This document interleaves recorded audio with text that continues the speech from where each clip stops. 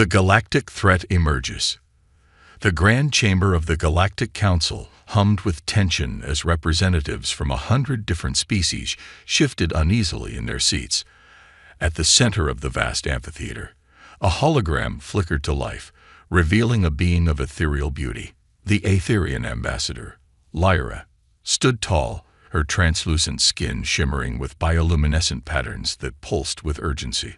Honorable members of the council, Lyra began, her melodic voice tinged with desperation. I come before you today with grave news. The Voidborn have breached the outer defenses of the Aetherian system.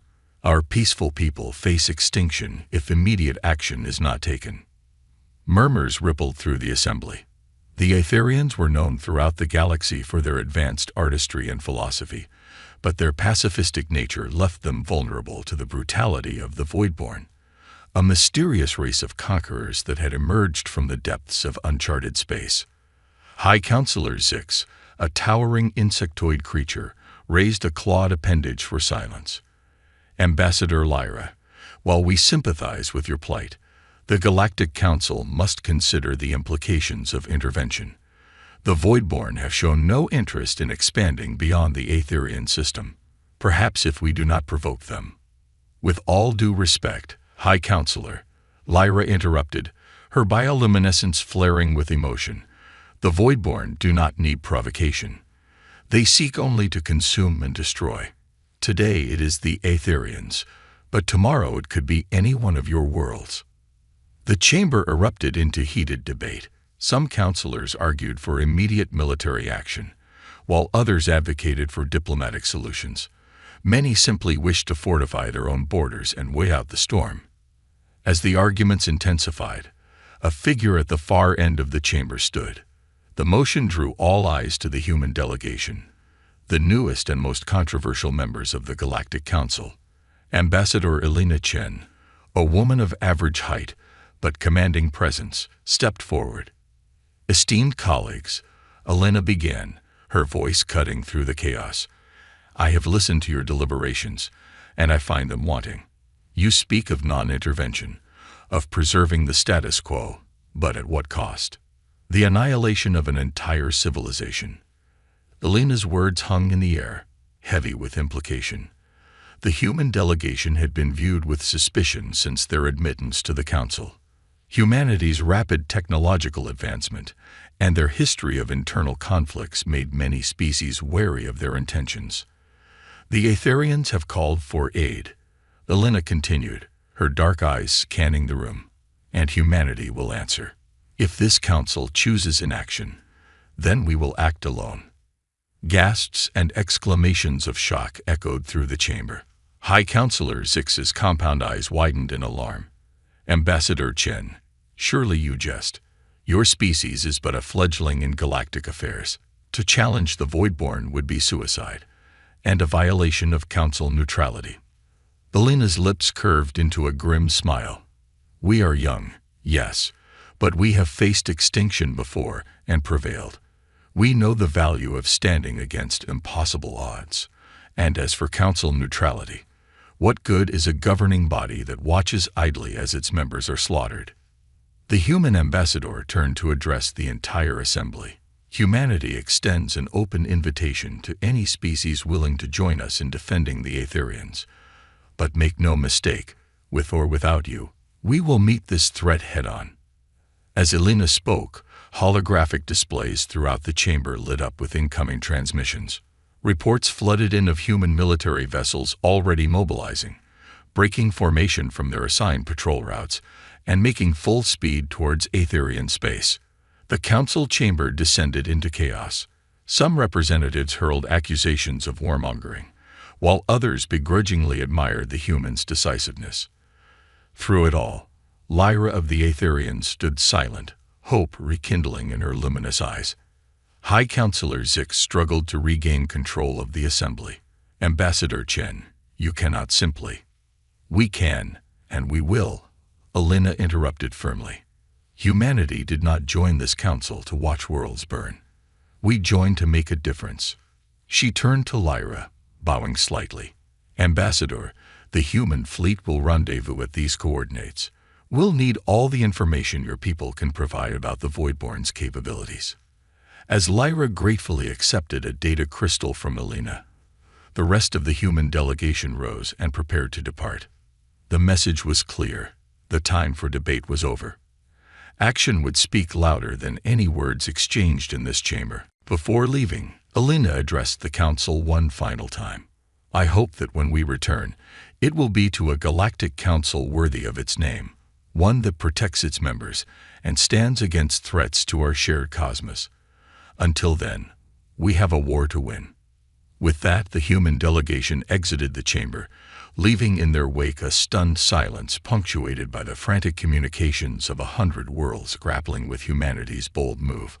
In the depths of space, aboard the flagship of the human fleet, Admiral Kira Donovan received the encrypted transmission from Ambassador Chen. A veteran of Earth's tumultuous unification wars, Donovan knew the weight of the task before them. As she gazed out at the stars, each one potentially harboring life that would be snuffed out if the Voidborn were not stopped, she felt a familiar resolve harden in her chest.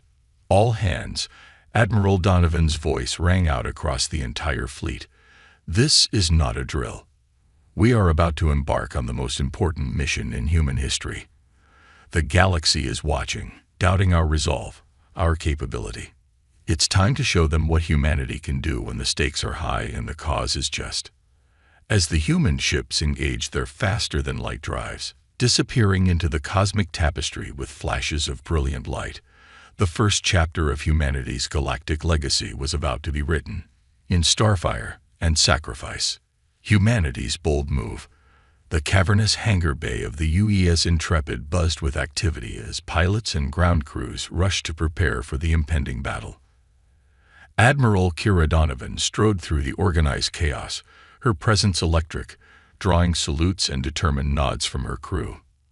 At the far end of the bay, a group of scientists huddled around a holographic display, their faces illuminated by the ethereal glow of Aetherian technology. Dr. Ilara Vance, Earth's leading xenobiologist, looked up as the Admiral approached. "Admiral," Ilara greeted, her eyes bright with excitement despite the grim circumstances. "The Aetherian data is incredible. Their understanding of biophotonics could revolutionize our communication systems, maybe even our weapons." Donovan nodded, her expression serious. "That's why we're here, Doctor. To ensure the Aetherians have a future where they can share that knowledge. What can you tell me about the Voidborn?" Ilara's excitement dimmed slightly. "They're unlike anything we've encountered. The Voidborn ships seem to be biomechanical, capable of regenerating damage. And their weapons," she shuddered, "they don't just destroy matter. They seem to erase it from existence. Then we'll just have to hit them harder and faster," a gruff voice interjected. Colonel Marcus Steele, commander of the Intrepid's Marine contingent, joined the conversation. His scarred face was set in grim determination. "My teams are ready for boarding actions if it comes to that, Admiral." Donovan surveyed her officers, feeling a swell of pride. This was humanity at its best. Brilliant minds and brave hearts united against a common threat. "We'll need every skill, every idea to win this fight.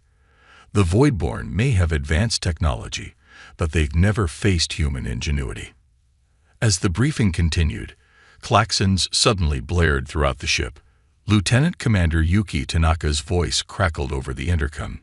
"Admiral, to the bridge. We've detected Voidborn signatures on an intercept course." The senior staff rushed to their stations as the Intrepid and its sister ships dropped out of FTL on the edge of the Aetherian system. The view that greeted them was both awe-inspiring and terrifying. The Aetherian homeworld hung in space, a jewel of swirling colors surrounded by elegant, organic-looking structures. But approaching this beauty was a swarm of Voidborn ships. Angular, black vessels that seemed to devour the very light around them. On the bridge, Donovan took her command seat, her voice steady as she issued orders. "All ships, battle formation Delta. Activate the Aegis defense grid. Weapons free, but concentrate fire on their lead vessels.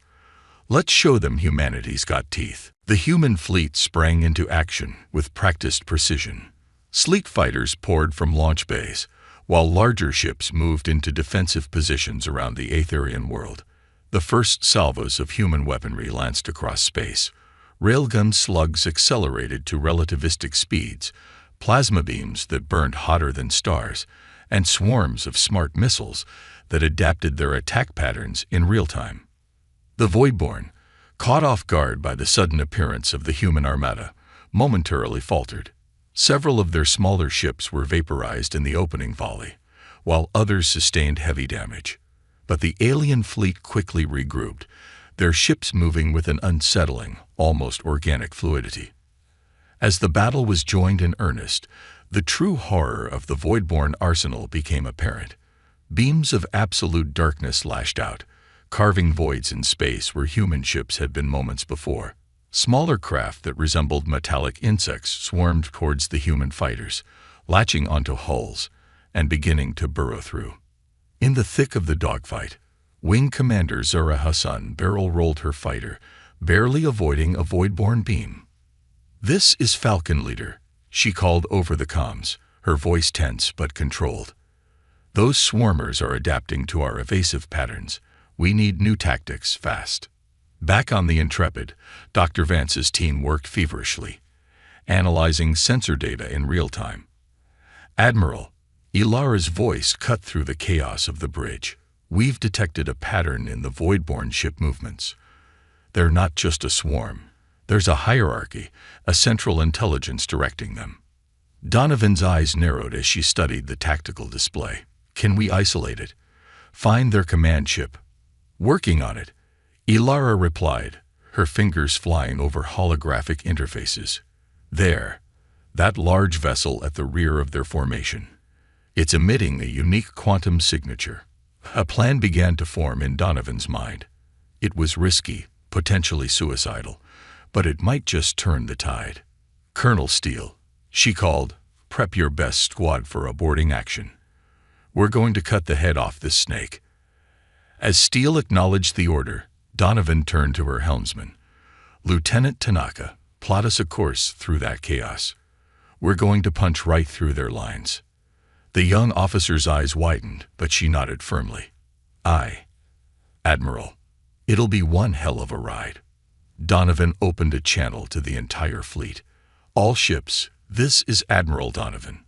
We've identified the Voidborn command vessel.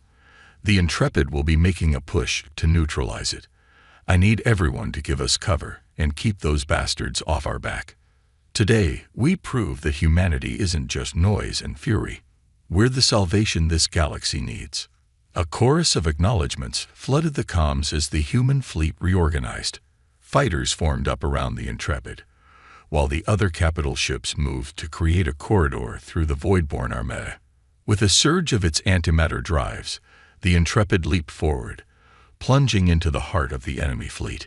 Point defense systems worked overtime, swatting away Voidborn attackers as the massive ship barreled through, its shields flaring under constant assault. On the bridge, klaxons wailed as systems were pushed to their limits. "Hull breach on Deck 7. An officer called out. "Emergency force fields holding." "Reroute power from non-essential systems," Donovan ordered calmly. "Keep those shields up." As they neared the Voidborn command ship, a massive void beam lanced out, narrowly missing the Intrepid's bow. The human vessel shuddered under the gravitational distortions left in the beam's wake. "Now, Tanaka," Donovan shouted. "Evasive pattern Omega-3." The Intrepid corkscrewed impossibly, its inertial dampeners straining as it avoided another lethal beam. They were close now, so close to their target. "Colonel Steele, stand by for boarding," Donovan commanded. "Dr. Vance, I want you with them. Your expertise might be the key to understanding and shutting down their systems." As the Intrepid closed in on the Voidborn command ship, the battle hung in the balance. The fate of the Aetherians, of countless species across the galaxy, and perhaps of humanity itself would be decided in the next crucial moments. The Galactic Council had dismissed humans as reckless and primitive. Now that very nature might be the galaxy's salvation. Donovan's voice rang out one final time before the boarding action began. Remember who we are. Remember why we fight. For Earth, for the Aetherians, for every being that looks to the stars with hope instead of fear. Today we make history. With those words echoing in every heart and mind, the human assault team prepared to launch, ready to bring the fight directly to the heart of the Voidborn threat. The battle intensifies. The boarding pods erupted from the Intrepid's hull, streaking towards the Voidborn command ship like angry hornets. Inside the lead pod, Colonel Steele checked his team's vital signs on his HUD, his face set in grim determination. Beside him, Dr. Ilara Vance clutched her datapad, her knuckles white, but her eyes blazing with determination. Remember, Steele's gravelly voice came through the squad's comms. We're not just fighting for humanity anymore. We're fighting for every species that calls this galaxy home. Failure is not an option. As the pods neared their target, the Voidborn ship's defenses came to life. Beams of absolute darkness lashed out, annihilating two of the pods instantly. Steele gritted his teeth, watching as good soldiers vanished into the void.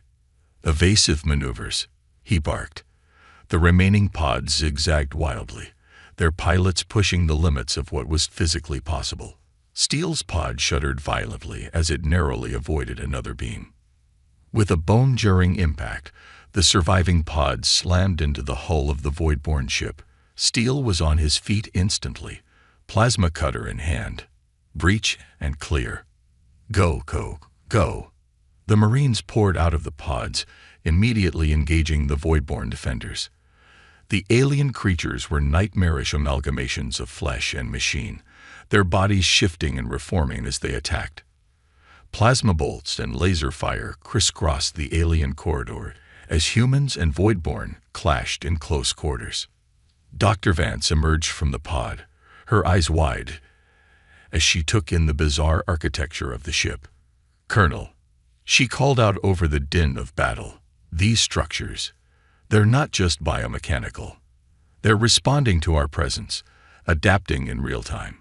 Steele blasted a Voidborn creature that was lunging towards them, its body dissipating into a cloud of dark particles. Can you use that? Find us a way to shut this thing down. Ilara nodded, her fingers flying over her datapad as she interfaced with the ship's systems.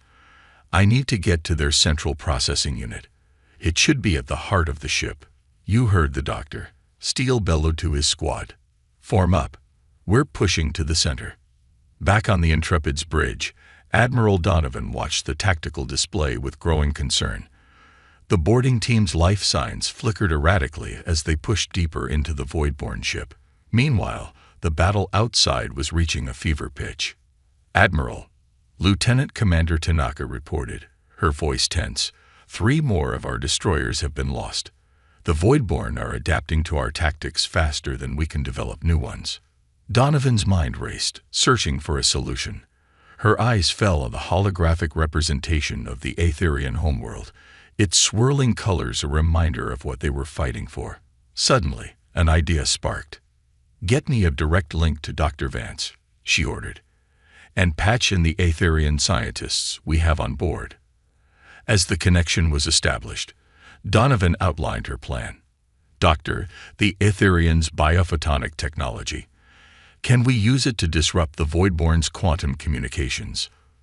There was a moment of silence punctuated by the sounds of battle. Then Ilara's voice came through, breathless but excited. Yes, we could create a cascading quantum interference pattern, but we'd need to broadcast it from multiple points simultaneously, and at an enormous power level. Leave the power to me, Donovan replied. She turned to her weapons officer. Divert all non-essential power to the main cannon. We're going to use it to broadcast Dr. Vance's interference pattern. As the Intrepid's crew scrambled to implement the plan, the battle within the Voidborn ship intensified. Colonel Steele's team fought tooth and nail for every meter gained, the alien corridors shifting and warping around them in nightmarish patterns. We're almost there, Ilara shouted, her datapad beeping urgently. The central chamber is just ahead. With a final, furious push, the human squad burst into a vast, pulsating chamber. At its center floated a writhing mass of dark energy, tendrils of void stuff reaching out in all directions. "That's it," Ilara breathed, her voice filled with awe and revulsion. The Voidborn's collective consciousness. Steel raised his weapon. But Ilara stopped him. "No, we can't destroy it. We need to hijack it, use it to broadcast the interference pattern." As Ilara worked feverishly to interface with the alien system, the chamber trembled. The walls began to close in, the ship itself trying to crush the human intruders.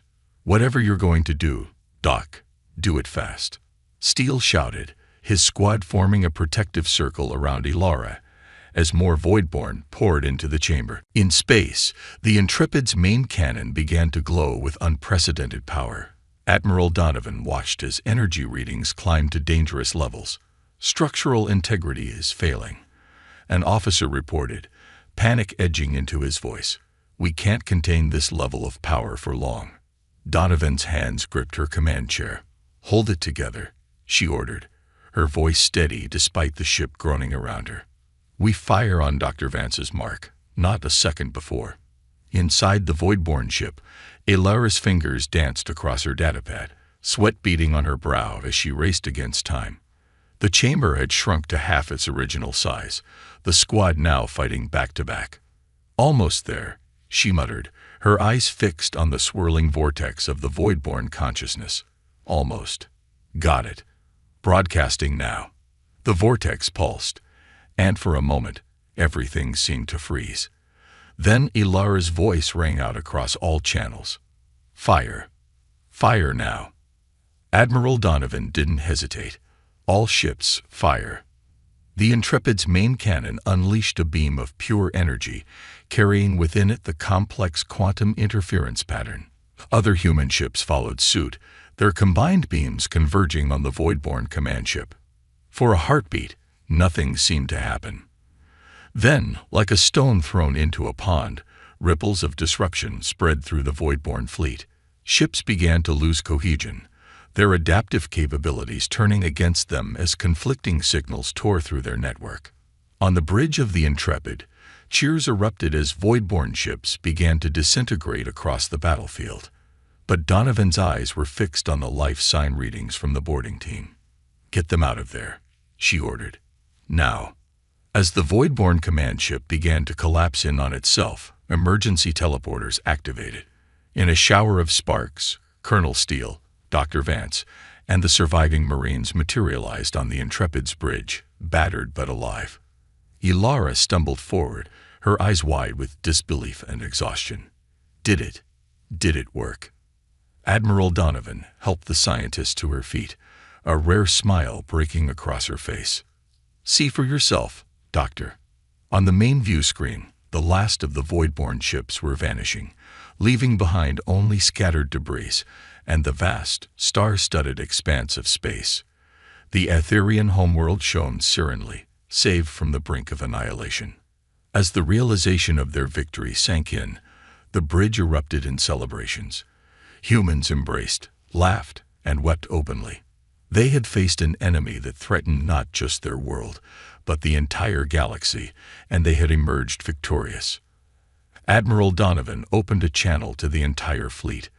"This is Admiral Donovan to all ships.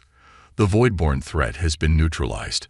I want to commend each and every one of you for your bravery, your ingenuity, and your unwavering dedication.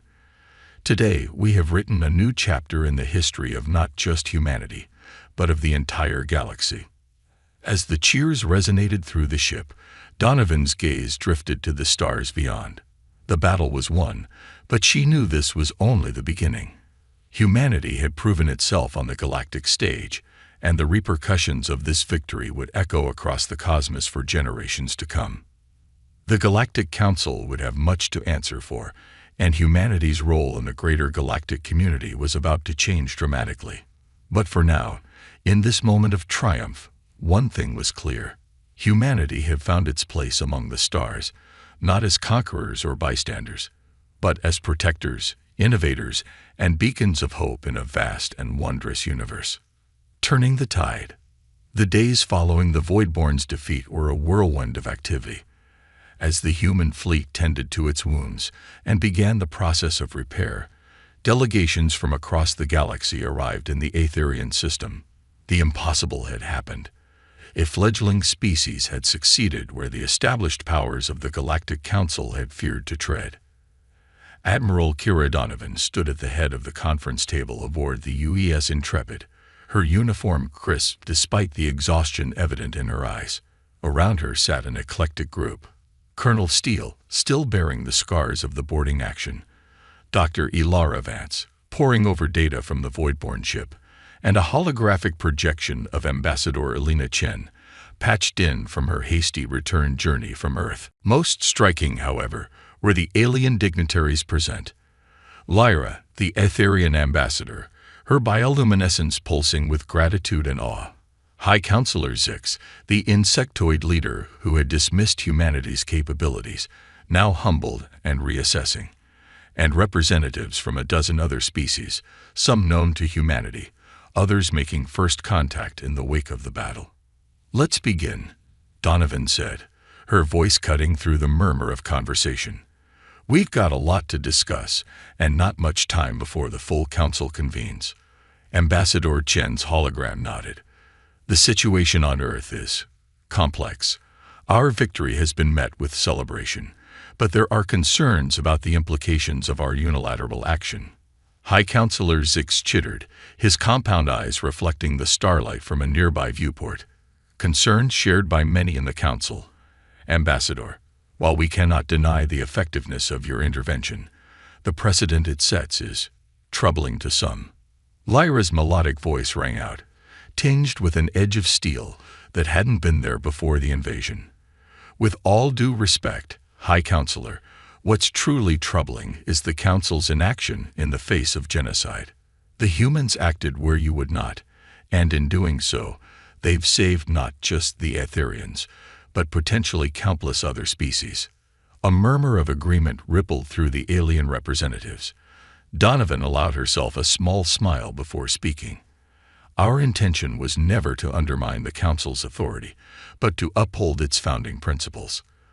The defense of sapient life against existential threats should be our highest priority." Dr. Vance cleared her throat, drawing attention to the holographic display she'd been working on. "If I may, I believe we have an opportunity here that goes beyond politics. The data we've gathered on the Voidborn technology is revolutionary. Their quantum communication networks, their adaptive biomechanical systems, with further study, these could transform life for every species in the galaxy. And you propose that humans lead this research?" Zix asked, a note of skepticism in his voice. "Not alone," Ilara replied firmly. "What we're proposing is a joint initiative, a combination of human innovation with the diverse knowledge and perspectives of galactic society. The Aetherians' expertise in biophotonics was crucial to our victory. Imagine what we could achieve if we all worked together." The conference room buzzed with excited discussion as the implications sank in. Colonel Steele, who had been silent until now, spoke up. "It's not just about technology. The Voidborn may be defeated, but they're not the only threat out there. We need a rapid response force, drawn from all our species, ready to face whatever the galaxy throws at us next." Ambassador Chen's hologram nodded approvingly. "A united front, both in research and defense. It's ambitious, but if the events of the past week have proven anything, it's that we're capable of achieving the impossible when we work together." High Counselor Zix's antennae twitched thoughtfully. "Your proposals have merit, but they would require a significant restructuring of the Galactic Council and its procedures." "Then let's restructure," Donovan said, her voice filled with conviction. "The old system failed when it was needed most. It's time for something new, something that can meet the challenges of our age." As the discussion continued, plans began to take shape. A new galactic defense force, with humanity playing a key role, but integrated with the strengths of other species. research initiatives that would share the breakthroughs from the voidborne technology across the galaxy, and a reformed council structured that would prioritize action and cooperation over bureaucracy and isolationism. Hours passed, and as the meeting drew to a close, there was a palpable sense of hope and excitement in the room. The galaxy was on the cusp of a new era, one shaped by the unlikely heroes who had dared to stand against the darkness. As the dignitaries filed out, Lyra approached Admiral Donovan. The Aetherian's luminescence had taken on a warm golden hue. "Admiral," she said softly, "my people owe you a debt we can never fully repay. But more than that, you've given all of us, a new vision of what's possible when we reach for the stars together." Donovan smiled, the wariness in her eyes softened by the genuine gratitude in Lyra's voice. "That's what humanity does, Ambassador. We see possibilities where others see impossibilities, and we're just getting started." As the Intrepid prepared to depart for Earth, carrying with it the seeds of a new galactic order, the ship's communication array lit up with an incoming transmission. It was a joint broadcast from every world that had borne witness to humanity's stand against the Voidborn. Images flowed across the screens, celebrations in the towering spires of Aetherian cities, solemn ceremonies of gratitude on worlds that had fought themselves next on the Voidborn's list, and everywhere, the flag of Earth displayed alongside the symbols of 100 alien cultures. The message was clear. Humanity had arrived on the galactic stage, not as conquerors or supplicants, but as guardians and innovators. The species that had been dismissed as primitive and warlike had proven to be the galaxy's best hope for a brighter future. As the Intrepid engaged its FTL drive, setting course for home, Admiral Donovan looked out at the star-studded expanse before her. The galaxy had changed, and humanity with it. The challenges ahead were immense, but for the first time in cosmic history, the sentient species of the Milky Way were truly united. Whatever the universe had in store, they would face it together, with human ingenuity and determination leading the way into a new age of exploration, discovery, and cooperation. The stars seemed to shine a little brighter as the ship disappeared into the depths of space, carrying with it the hopes and dreams of countless worlds, and the promise of a future limited only by the boundaries of imagination itself. Aftermath and new galactic order. 5 years had passed since the fateful battle against the Voidborn, and the galaxy was a changed place. The grand chamber of the reformed Galactic Council bore little resemblance to its predecessor. Gone were the tiered seats that had once separated species by influence and power. In their place stood a circular arrangement of stations, each race represented equally in this new era of cooperation. At the center of the chamber, a holographic display showed the progress of the latest joint mission. A deep space exploration vessel crewed by members of a dozen different species, venturing into the uncharted regions beyond the galactic rim. The ship itself was a marvel of collaborative engineering, combining Aetherian biophotonics, Zixthar gravity manipulation, and human adaptive AI systems. Ambassador Elena Chen, now serving as humanity's representative on the Council's Executive Committee, watched the proceedings with a sense of pride and wonder. The changes of the past 5 years had exceeded even her most optimistic projections. The ISV Horizon has successfully navigated the gravitational anomalies in Sector 9, reported Captain Lyra, her bioluminescent patterns shifting with excitement as she addressed the Council. The Aetherian, once a diplomat pleading for help, was now one of the most respected explorers in known space. "We're detecting signs of a Dyson sphere in the neighboring galaxy. Humanity's long-range sensors are proving invaluable in this discovery." Murmurs of excitement rippled through the chamber. High Counselor Zix, who had remained in his position but embraced the new, more active role of the Council, spoke up. "Excellent work, Captain. Please convey our congratulations to the entire crew. This discovery could revolutionize our understanding of advanced civilizations." As the Council discussed the implications of the discovery, Elena's mind wandered to the changes that had reshaped galactic society. The Galactic Defense Force, born from Colonel Steele's proposal, had transformed from a hypothetical concept into a reality. Mixed species crews now patrolled the borders of known space, their ships equipped with technology that would have seemed like magic just a few years ago. Dr. Ilara Vance's vision of collaborative research had blossomed into the Galactic Science Initiative. Breakthroughs in medicine, energy production, and faster-than-light travel were being made at an unprecedented rate.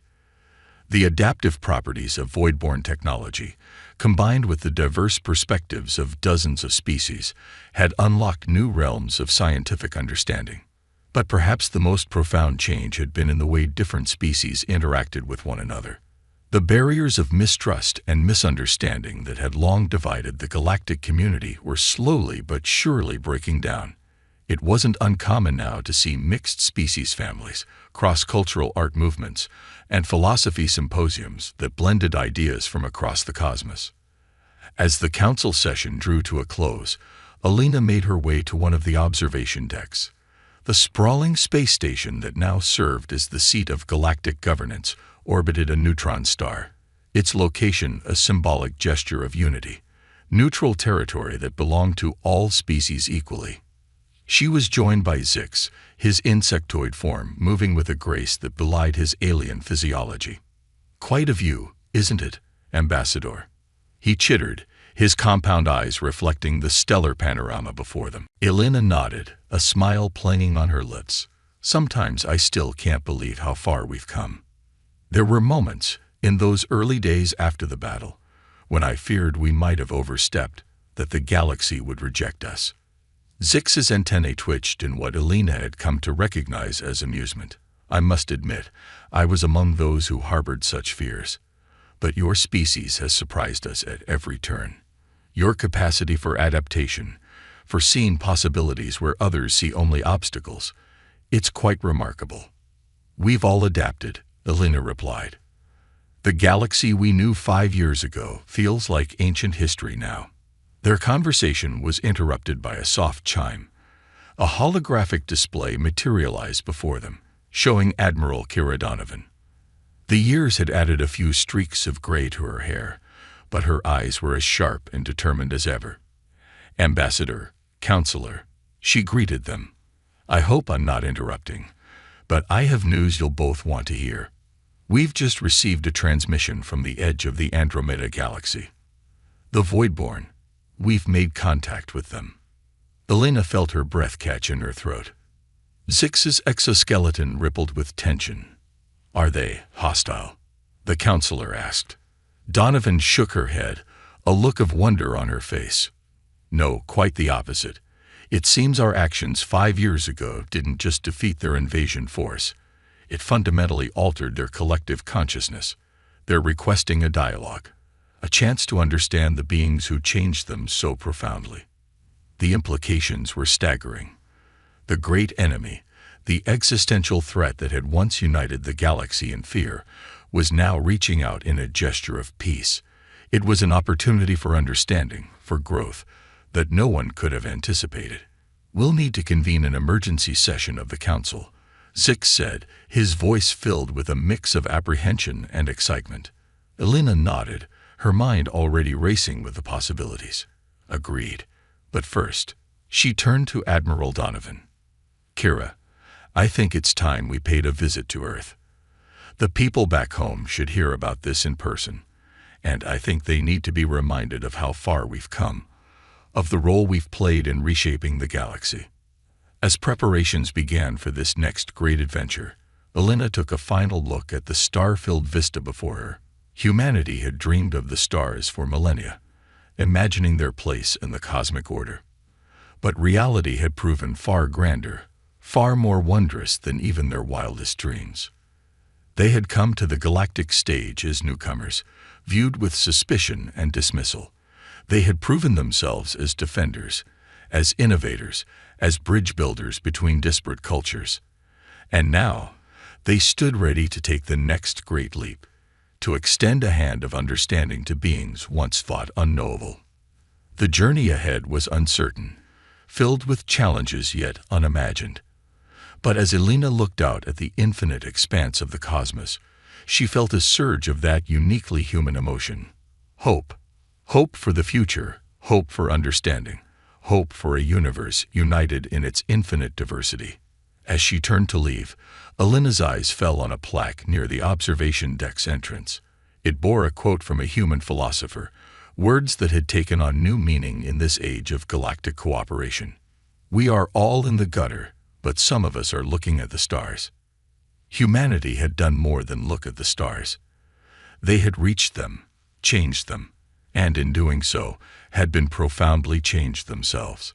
The next chapter of their cosmic story was about to begin, and the entire galaxy waited with bated breath to see what these remarkable beings would do next. The stars seemed to twinkle in response, a cosmic affirmation of the boundless potential that lay ahead.